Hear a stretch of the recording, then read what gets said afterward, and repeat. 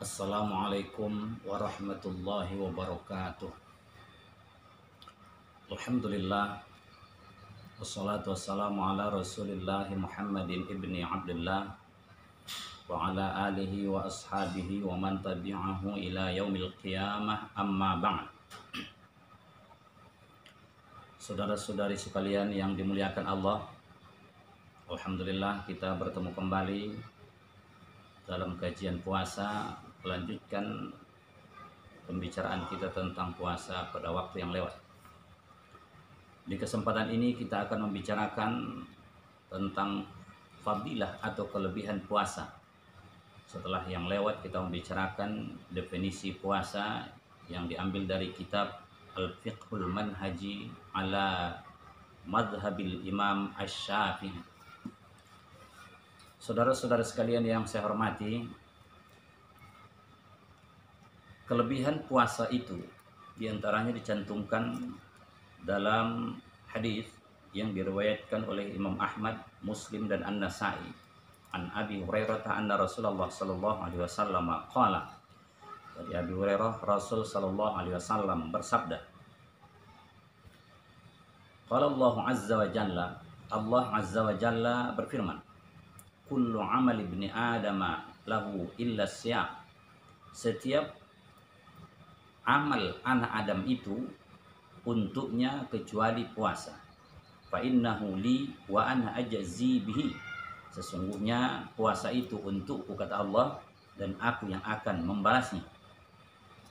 Setiap amal anak Adam itu untuknya, kata Allah, kecuali puasa. Kalau puasa itu untukku dan aku yang akan membalasnya. Di sini dijelaskan bahwa idhafatu ilallah idhafatu tasyrifin. Disandarkan puasa itu kepada Allah itu maksudnya penyandaran pemuliaan, dalam pengertian bukan berarti puasa yang lain itu untuk manusia sementara puasa Allah membutuhkannya, tidak. Tapi disandarkan kepada Allah itu artinya bahwa puasa itu sangat mulia sebenarnya. Jangan salah paham nanti seolah-olah Allah membutuhkan puasa kita. Allah tidak membutuhkan puasa kita. Mau puasa kita atau tidak, Allah tidak peduli. Tak ada yang mau puasa semua, mulai dari pejabat sampai orang-orang biasa, Allah tak rugi.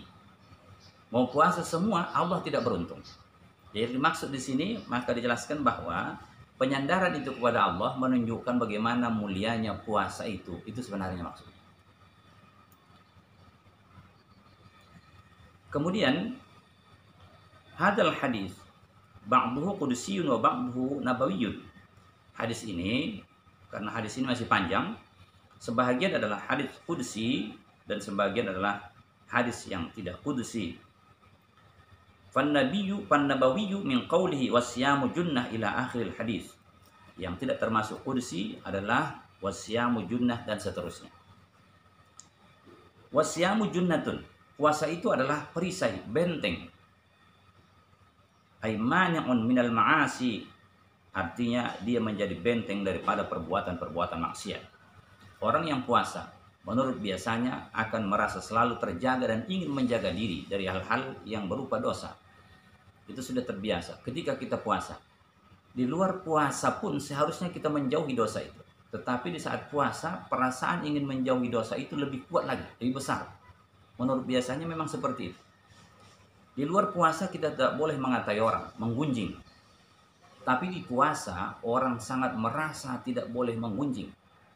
Maka ketika ada dua orang yang berbicara, datang kawannya, dia lihat sepertinya mereka mengatai orang lain atau menggunjing, dia katakan, puasa, puasa. Itu menunjukkan bagaimana memang puasa itu betul-betul menjadi benteng daripada perbuatan-perbuatan maksiat. Fa idza kana yaumu shaumi ahadikum fala yarfuth. Maka apabila salah seorang di antara kamu sedang melaksanakan ibadah puasa, fala yarfuth, maka janganlah dia berupa berbuat al-fuhsu bil qaul, mengucapkan kata-kata kotor, termasuk di antaranya kata-kata porno.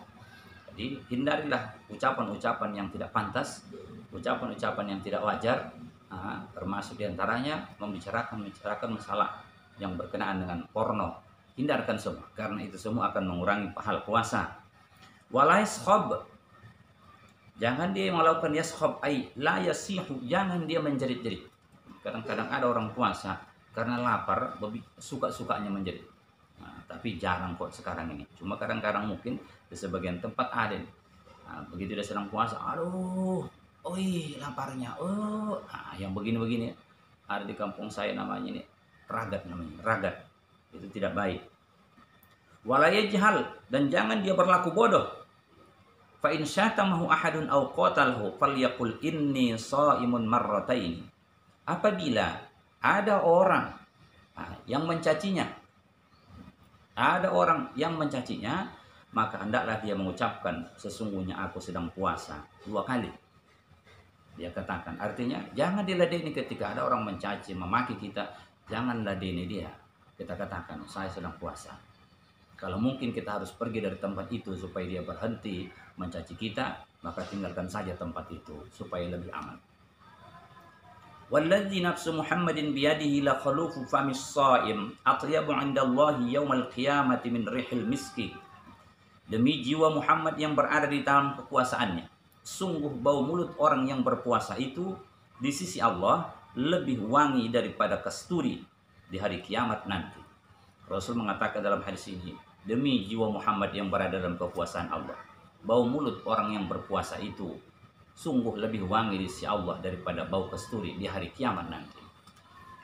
Jadi dijelaskan di sini, dibuat tanda kutip, maksudnya adalah taghayyuru raihatil fam bisababis shaum, perubahan bau mulut menjadi tidak enak disebabkan puasa.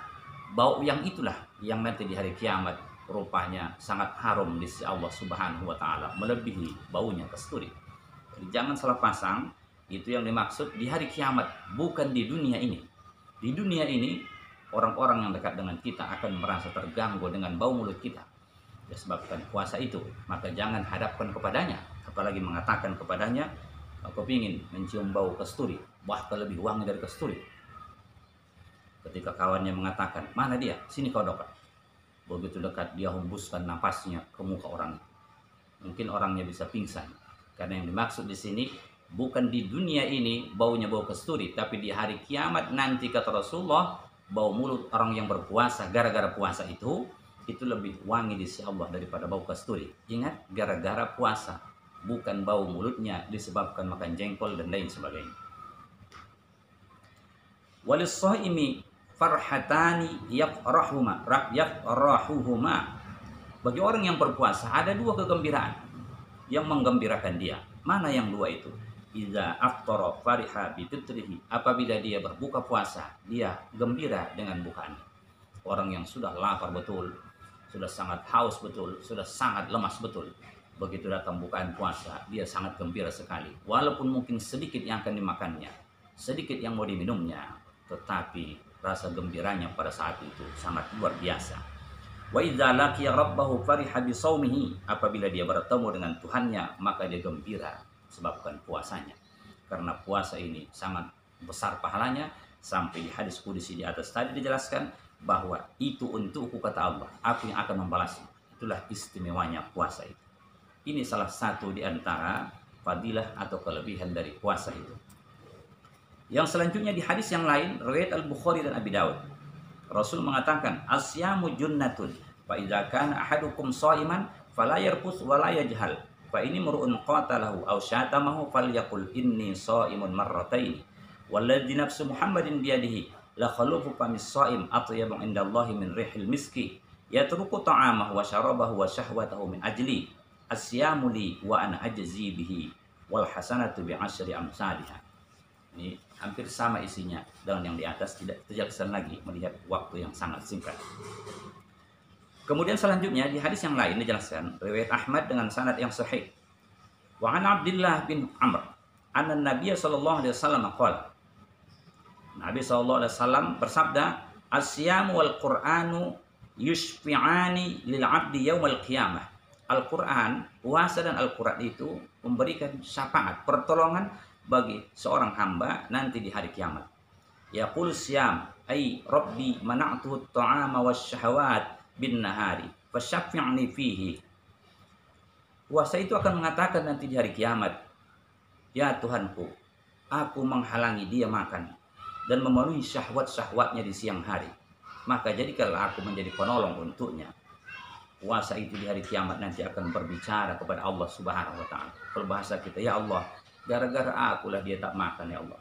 Gara-gara akulah dia tak minum di siang hari ya Allah. Gara-gara akulah dia menahan syahwat-syahwatnya di siang hari ya Allah.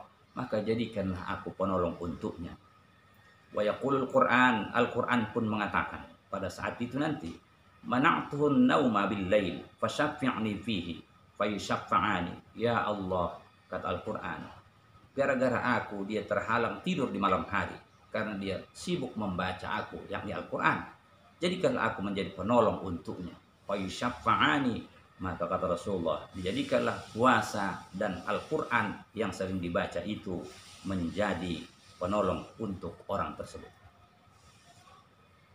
Fadilah yang selanjutnya dijelaskan dari Abi Umamah qala, ataitu Rasulullah sallallahu alaihi wasallam faqultu murni bi'amalin yudkhiluni al-jannah. Aku mendatangi Rasul sallallahu alaihi wasallam, kata Abi Umamah. Aku mengatakan, ya Rasulullah, suruhlah aku melakukan satu amalan yang memasukkanku ke dalam surga. Qala, alaika bisawm fa innahu la idla lahu. Rasul mengatakan, puasalah engkau, kata Rasulullah. Sesungguhnya tidak ada bandingan puasa itu. Artinya, puasalah engkau. Pahala puasa itu luar biasa besarnya. Sampai Nabi katakan dalam hadis ini, tidak ada bandingannya, tidak ada imbangannya. Itu besarnya pahala puasa itu. Sesuai dengan beratnya mengerjakannya, maka pahalanya pun Allah berikan sangat berat. Summa ataitu tsaniyata, kemudian aku mendatangi Rasulullah untuk yang kedua kalinya. Faqala alaika bisyam, engkau harus puasa, kata Rasulullah. Kalau ingin mendapatkan amal yang bisa memasukkanmu ke dalam surga, salah satu di antara amal itu adalah puasa. Puasa ini pahalanya besar, berat mengerjakannya, tapi Allah berikan imbalan yang sangat besar kepadanya. Insya Allah masuk surga dengan puasa itu. Yang selanjutnya, wa Nabi Sa'id Al-Khudri radhiyallahu anhu, anna Nabiy sallallahu alaihi wasallam qala, Rasul bersabda, la yasumu 'abdun yawman fi sabilillah illa ba'adallahu bidzalikal yaum an-nar an wajhihi sab'ina kharifan, rawahul jamaah illa Abu Daud. Tidak ada seorang hamba yang puasa satu hari di jalan Allah kecuali Allah jauhkan dengan puasa yang satu hari dikerjakan itu neraka dari wajahnya 70 tahun. Artinya orang yang puasa karena Allah. Disebut karena Allah karena ada orang puasa bukan karena Allah. Kalau dikatakan mau ria, mana mungkin ria? Iya, bukan karena rianya, tapi ada tujuan yang lain. Contohnya dia puasa ingin memperdalam ilmunya. Ilmu agama bukan, ingin memperdalam ilmu kebatinannya umpamanya. Agar dia bisa menjadi menghilang, agar jampi-jampinya semakin kuat.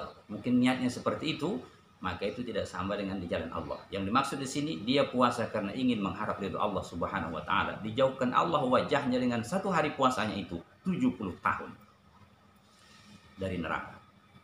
Yang selanjutnya, yang terakhir disebutkan dalam kitab Fiqhus Sunnah oleh Syekh Sayyid Sabiq ini adalah wa an Sahal bin Sa'ad anna Nabiy sallallahu alaihi wasallam qala, Nabi sallallahu alaihi wasallam bersabda, inna lil jannati baban yuqalu lahu ar-rayyan.